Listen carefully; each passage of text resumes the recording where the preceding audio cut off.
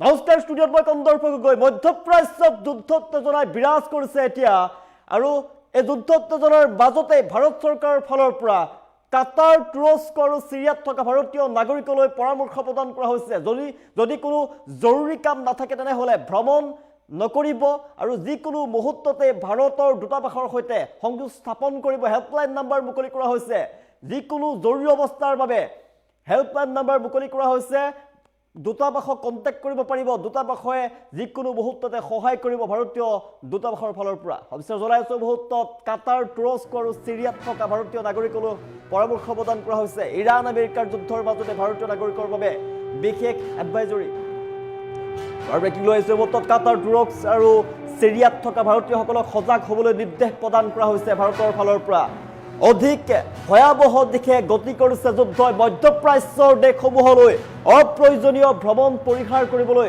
কেন্দ্ৰীয় চৰকাৰে আহ্বান জনাইছে ভাৰত চৰকাৰৰ ফালৰ পৰা জনোৱা হৈছে জৰুৰী অৱস্থাত স্থানীয় ভাৰতীয় কনসুলেটৰ সৈতে যোগাযোগত থাকিবলৈ পৰামৰ্শ প্ৰদান কৰা হৈছে ভাৰতীয় দূতাবাসৰ সৈতে যোগাযোগত থাকিবলৈ আহ্বান জনোৱা হৈছে কাটাৰস্থিত ভাৰতীয় দূতাবাসে সাময়িকভাৱে বন্ধ কৰিছে যিহেতু নিয়মীয়া সেৱা আৰু ইয়াৰ পিছতেই পাছপোৰ্ট ভিসা শ্ৰমিকৰ যি সমস্যা সেই সমস্যাৰ বাবেহে ভাৰতীয় দূতাবাস খোলা থাকিব ভাৰতীয়ৰ সহায়ৰ বাবে দিনে নিশাই সক্ৰিয় বিশেষ হেল্পলাইন নম্বৰ যোগাযোগ নম্বৰ মুকলি কৰা হৈছে হেল্পলাইন নম্বৰ মুকলি কৰা হৈছে যোগাযোগ কৰিব পাৰিব যুদ্ধৰ মাজতেই বিমান চলাচলত ব্যাহত হৈ পৰিছে আৰু সেই আশংকাত কঠোৰ নিৰ্দেশনা দিয়া হৈছে মধ্যপ্ৰাচ্যৰ প্ৰতিটো খবৰ নিৰীক্ষণ কৰিছে এতিয়া ভাৰত চৰকাৰে যদি জৰুৰীকালীন পৰিস্থিতিৰ বাবে সাজু থকাৰ নিৰ্দেশ ভাৰতীয় দূতাবাসত যিকোনো ধৰণৰ জৰুৰীকালীন পৰিস্থিতিৰ বাবে সাজু হৈ আছে ভাৰতীয় দূতাবাস আৰু ভাৰত চৰকাৰৰ ফালৰ পৰা নিৰ্দেশ প্ৰদান কৰা হৈছে ভাৰতীয় দূতাবাস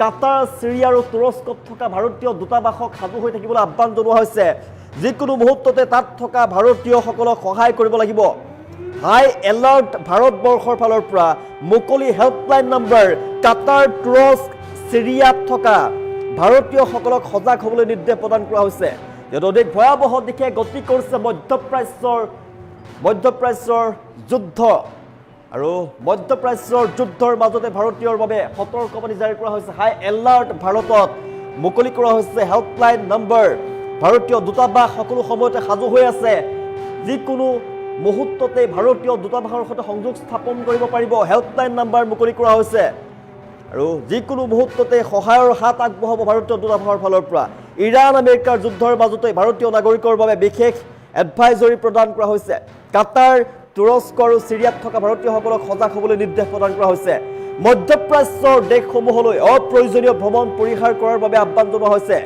জৰুৰী অৱস্থাত ভাৰতীয় কনসুলেটৰ সৈতে যোগাযোগত থাকিবলৈ আহ্বান জনোৱা হৈছে পৰামৰ্শ প্ৰদান কৰা হৈছে কাটাৰস্থিত ভাৰতীয় দূতাবাসে সাময়িকভাৱে বন্ধ কৰিছে যিহেতু নিয়মীয়া সেৱা পাছপোৰ্ট ভিসা আৰু শ্ৰমিকৰ সমস্যাৰ বাবেহে খোলা থাকিব দূতাবাস যিকোনো সমস্যা হ'লে বিপদত পৰিলে ফোন কৰিব পাৰিব ভাৰতীয় দূতাবাসক আৰু ভাৰতীয় দূতাবাসক এলাৰ্ট হৈ থাকিবৰ বাবে আহ্বান জনোৱা হৈছে ভাৰত চৰকাৰৰ ফালৰ পৰা যুদ্ধৰ আশংকা যিকোনো মুহূৰ্ততে ভয়াবহ হ'ব পাৰে যুদ্ধ আৰু তাৰ বাবে সতৰ্ক কৰি দিয়া হৈছে ভাৰত চৰকাৰৰ ফালৰ পৰা কোনো জৰুৰীকালীন পৰিস্থিতিৰ বাবে সাজু থকাৰ নিৰ্দেশ প্ৰদান কৰা হৈছে দূতাবাসক যিকোনো ধৰণৰ পৰিস্থিতি ভয়াবহ পৰিস্থিতিৰ বাবে সাজু হৈছে ভাৰতীয় দূতাবাস তাত থকা ভাৰতীয়সকললৈ সতৰ্কবাণী জাৰি কৰা হৈছে মধ্যপ্ৰাচ্যৰ দেশসমূহলৈ অপ্ৰয়োজনীয় ভ্ৰমণ পৰিহাৰ কৰাৰ বাবে আহ্বান জনোৱা হৈছে জৰুৰী অৱস্থাত স্থানীয় ভাৰতীয় কনসুলেটৰ সৈতে যোগাযোগত থাকিবলৈ আহ্বান জনোৱা হৈছে পৰামৰ্শ দিয়া হৈছে কাটাৰস্থিত ভাৰতীয় দূতাবাসে সাময়িকভাৱে বন্ধ কৰিছে যিহেতু নিয়মীয়া সেৱা পাছপোৰ্ট ভিসা আৰু শ্ৰমিকৰ সমস্যাৰ বাবে খোলা থাকিব দূতাবাস ভাৰতীয়সকলৰ সহায়ৰ বাবে ভাৰতীয় নাগৰিকৰ সহায়ৰ বাবে দিনে নিশাই সক্ৰিয় হৈ আছে বিশেষ হেল্পলাইন নম্বৰ নিৰ্দেশনা জাৰি কৰা হৈছে ভাৰত চৰকাৰৰ ফালৰ পৰা কাটাৰ তুৰস্ক আৰু সিৰিয়াত থকা ভাৰতীয়সকলক সজাগ হ'বলৈ পৰামৰ্শ দিয়া হৈছে নিৰ্দেশ প্ৰদান কৰা হৈছে যিহেতু ভয়াবহ দিশে গতি কৰিছে এতিয়া যুদ্ধই অধিক ভয়ংকৰ দিশে গতি কৰিছে এতিয়া মধ্যপ্ৰাচ্যৰ কেৱল যুদ্ধৰ দাবালন শুনিবলৈ পোৱা গৈছে ইজৰাইল আমেৰিকাৰ যি আক্ৰমণ ইৰাণ আৰু আমেৰিকাৰ যুদ্ধই ভয়াবহ ৰূপ লৈছে এতিয়া মধ্যপ্ৰাচ্যত হাহাকাৰ পৰিস্থিতিৰ সৃষ্টি হৈছে যিকোনো মুহূৰ্ততে অধিক ভয়াবহ দিশে গতি কৰিব পাৰে যুদ্ধই তৃতীয় বিশ্বযুদ্ধৰ সূচনা হ'ব পাৰে ট্ৰাম্পৰ ফালৰ পৰা কোৱা হৈছে যে ট্ৰাম্পে উচিত প্ৰত্যুত্তৰ প্ৰদান কৰিব আয়াতুল্লাহ আলী খেমেনিৰ প্ৰতিশোধ ল'বলৈ আগবাঢ়িছে এতিয়া ইৰানে সামৰিক ঘাটিত আক্ৰমণ কৰি লৈছে, সামৰিক ঘাটিত টাৰ্গেট কৰি লৈছে। এতিয়া বেঞ্জামিন নেতানিয়াহুক মৃত্যুৰ ভাবুকি প্ৰদান কৰিছে। তাৰ পিছতে আমেৰিকা আৰু ইজৰাইলৰ ফালৰ পৰাও ইৰাণত আক্ৰমণ চলিছে, ভয়াৱহ দিশে গতি কৰিছে যুদ্ধই। যিকোনো মুহূৰ্ততে তৃতীয় বিশ্বযুদ্ধৰ সূচনা হ'ব পাৰে, ভয়ংকৰ যুদ্ধৰ সূচনা হ'ব পাৰে। অধিক ভয়ংকৰ হৈছে যুদ্ধোত্তেজনাই বিৰাজ কৰিছে এতিয়া মধ্যপ্ৰাচ্যত, হাহাকাৰ পৰিৱেশৰ সৃষ্টি হৈছে। তাৰ মাজতেই ভাৰত চৰকাৰৰ ফালৰ পৰা সতৰ্কবাণী দিয়া হৈছে। মধ্যপ্ৰাচ্যৰ যুদ্ধৰ মাজতে ভাৰতীয়ৰ বাবে জৰুৰী জাননী প্ৰদান কৰা হৈছে। হাই এলাৰ্ট ভাৰত হাই এলাৰ্ট হৈ আছে আৰু মুকলি কৰা হৈছে হেল্পলাইন নম্বৰ। কাটাৰ, তুৰস্ক, চিৰিয়াত থকা ভাৰতীয়সকলক সজাগ হোৱাৰ বাবে আহ্বান জনোৱা হৈছে, নিৰ্দেশ প্ৰদান কৰা হৈছে। যিকোনো মুহূৰ্ততেই দূতাবাসৰ সৈতে কণ্টেক্ট কৰিব পাৰিব, সহায়ৰ বাবে সদায় প্ৰস্তুত হৈ আছে ভাৰতীয় দূতাবাস। মধ্যপ্ৰাচ্যৰ দেশসমূহলৈ অপ্ৰয়োজনীয় ভ্ৰমণ পৰিহাৰ কৰিবলৈ কেন্দ্ৰীয় চৰকাৰে আহ্বান জনাইছে। ভ্ৰমণ পৰিহাৰ কৰাৰ বাবে আহ্বান জনাইছে। নাগৰিকৰ বাবে বিশেষ এডভাইজৰী প্ৰদান কৰিছে। কাটাৰ, তুৰস্ক, চিৰিয়াত থকা ভাৰতীয়সকলক সজাগ হোৱাৰ বাবে আহ্বান জনোৱা হৈছে। ইৰাণ আমেৰিকাৰ যুদ্ধৰ মাজতেই ভাৰতীয় নাগৰিকৰ বাবে বিশেষ এডভাইজৰী প্ৰদান কৰা হৈছে। মধ্যপ্ৰাচ্যৰ দেশসমূহলৈ অপ্ৰয়োজনীয় ভ্ৰমণ পৰিহাৰ কৰক ভাৰতীয়সকলক জনোৱা হৈছে। জৰুৰী অৱস্থাত ভাৰতীয় কনচুলেটৰ সৈতে যোগাযোগ থাকিবৰ বাবে আহ্বান জনোৱা হৈছে, পৰামৰ্শ প্ৰদান কৰা হৈছে। কাটাৰস্থিত ভাৰতীয় দূতাবাসে সাময়িকভাৱে বন্ধ কৰিছে নিয়মীয়া সেৱা। কেৱল পাছপোৰ্ট আৰু ভিছাৰ বাবে শ্ৰমিকৰ সমস্যাৰ বাবেহে দূতাবাস খোলা থাকিব। ভাৰতীয়সকলৰ সহায়ৰ বাবে দিনে নিশাই সক্ৰিয় হৈ থাকিব বিশেষ হেল্পলাইন নম্বৰ। যিকোনো মুহূৰ্ততে ফোন কৰিব পাৰিব ভাৰতীয় দূতাবাসক। সহায়ৰ বাবে সদায় খোলা থাকিব, দিনে নিশাই খোলা থাকিব হেল্পলাইন নম্বৰ। যুদ্ধৰ মাজতে বিমান চলাচল ব্যাহত হোৱাৰ আশংকা কৰা হৈছে আৰু সেইবাবে কঠোৰ নিৰ্দেশনা প্ৰদান কৰা হৈছে। মধ্যপ্ৰাচ্যৰ প্ৰতিটো খবৰ নিৰীক্ষণ কৰিছে ভাৰত চৰকাৰে।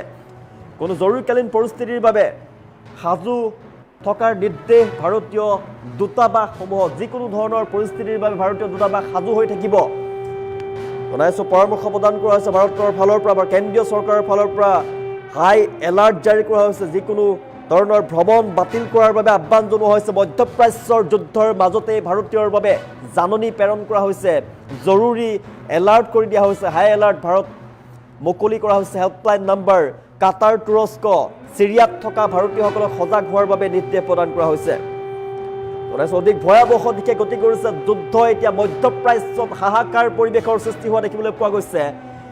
ইজৰাইল, আমেৰিকা আৰু ইৰাণৰ যি যুদ্ধ, সেই যুদ্ধ এতিয়া ভয়াৱহ দিশে গতি কৰিছে। অধিক পৰিস্থিতি ভয়াৱহ হৈ পৰিছে। যিকোনো মুহূৰ্ততে তৃতীয় বিশ্বযুদ্ধৰ সূচনা হ'ব পাৰে, কিয়নো এই যুদ্ধত সোমাই পৰিছে এতিয়া পুটিন আৰু ইৰাণৰ পক্ষত থিয় দিছে উত্তৰ কোৰিয়া, ইৰাণৰ পক্ষত আছে ৰাছিয়া, ইৰাণৰ পক্ষত আছে এতিয়া চাইনা আৰু তাৰ ইজৰাইল আমেৰিকাৰ বিৰুদ্ধে যদি তৃতীয় বিশ্বযুদ্ধ হয় তেনেহ'লে যুদ্ধ কৰিব উত্তৰ কোৰিয়াই, যুদ্ধ কৰিব ৰাছিয়াই, যুদ্ধ কৰিব চাইনাই। আৰু সেই তৃতীয় বিশ্বযুদ্ধৰ যিকোনো মুহূৰ্ততে সূচনা হ'ব পাৰে, কিয়নো ইৰাণে এতিয়া প্ৰতিশোধ লোৱাত নামি পৰিছে। ইৰাণে কেৱল প্ৰতিশোধ বিচাৰিছে। আয়াতুল্লাহ আলী খেমেনিৰ মৃত্যু অথলে যাবলৈ দিয়া নহ'ব বুলি কোৱা হৈছে। কোনোপধ্যেই যুদ্ধ নৰয় বুলি কোৱা হৈছে তেওঁলোকৰ ফালৰ পৰা। ধাৰাবাহিকভাৱে আক্ৰমণ কৰাৰ বাবে প্ৰস্তুত হৈ আছে। 2 বছৰ ধৰি যুদ্ধ কৰাৰ ক্ষমতা ৰাখিছে ইৰাণে। ইৰাণৰ ফালৰ পৰা স্পষ্ট কৰি দিয়া হৈছে আয়াতুল্লাহ আলী খেমেনিৰ হত্যাৰ প্ৰতিশোধ ল'ব এতিয়া ইৰাণে। আৰু স্পষ্ট কৰি দিয়া হৈছে আমেৰিকাৰ ৰাষ্ট্ৰপতি ডনাল্ড ট্ৰাম্পৰ ফালৰ পৰা কোৱা হৈছে পৰিস্থিতি অধিক ভয়ংকৰ হ'ব। ইৰাণৰ ওপৰত প্ৰত্যুত্তৰ দিয়া হ'ব। যুদ্ধৰ যি বিভীষিকাময় যি পৰিৱেশ, ভয়ংকৰ যি পৰিৱেশ, সেই পৰিৱেশ সমগ্ৰ বিশ্বই দেখিবলৈ পাব। আৰু এই যুদ্ধ পৰিস্থিতিৰ মাজতে ভাৰত চৰকাৰৰ ফালৰ পৰা সতৰ্ক কৰি দিয়া হৈছে, হাই এলাৰ্ট কৰি দিয়া হৈছে ভাৰতীয় নাগৰিকসকলক। কাটাৰ, তুৰস্ক আৰু চিৰিয়াত থকা ভাৰতীয়সকলক এলাৰ্ট কৰি দিয়া হৈছে, সজাগ কৰি দিয়া হৈছে। আৰু হাই এলাৰ্ট কৰি দিয়াৰ পিছতেই মুকলি কৰা হৈছে হেল্পলাইন নম্বৰ। যিকোনো মুহূৰ্ততেই ভাৰতীয় দূতাবাসৰ সৈতে সংযোগ স্থাপন কৰিব পাৰিব। ভয়ংকৰ পৰিস্থিতিৰ ওপৰত লক্ষ্য কৰি হাই এলাৰ্ট কৰি দিয়া হৈছে ভাৰতীয় নাগৰিকক। যিকোনো মুহূৰ্ততে ভাৰতীয় দূতাবাসৰ হেল্পলাইন নম্বৰ মুকলি থাকিব, দিনে নিশাই দূতাবাস মুকলি থাকিব, দূতাবাসৰ হেল্পলাইন নম্বৰ মুকলি থাকিব। কোনো জৰুৰীকালীন পৰিস্থিতিৰ বাবে সাজু থকাৰ নিৰ্দেশ প্ৰদান কৰা হৈছে ভাৰতীয় দূতাবাসক। যুদ্ধৰ মাজতে বিমান চলাচল ব্যাহত হৈ পৰিব পাৰে, সেইবাবে আশংকা কৰা হৈছে, কঠোৰ নিৰ্দেশ প্ৰদান কৰা হৈছে ভাৰত চৰকাৰৰ ফালৰ পৰা।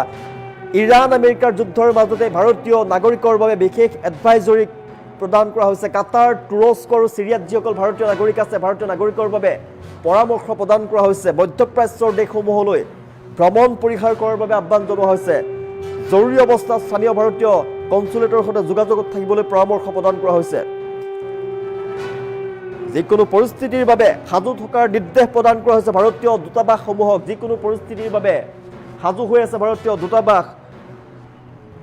এলাৰ্ট কৰি দিয়া হৈছে, কিয়নো মধ্যপ্ৰাচ্যত যি যুদ্ধৰ উত্তেজনাই বিৰাজ কৰিছে, যুদ্ধই ভয়ংকৰ ৰূপ ল'ব পাৰে। যিকোনো মুহূৰ্ততেই তৃতীয় বিশ্বযুদ্ধৰ সূচনা হ'ব পাৰে।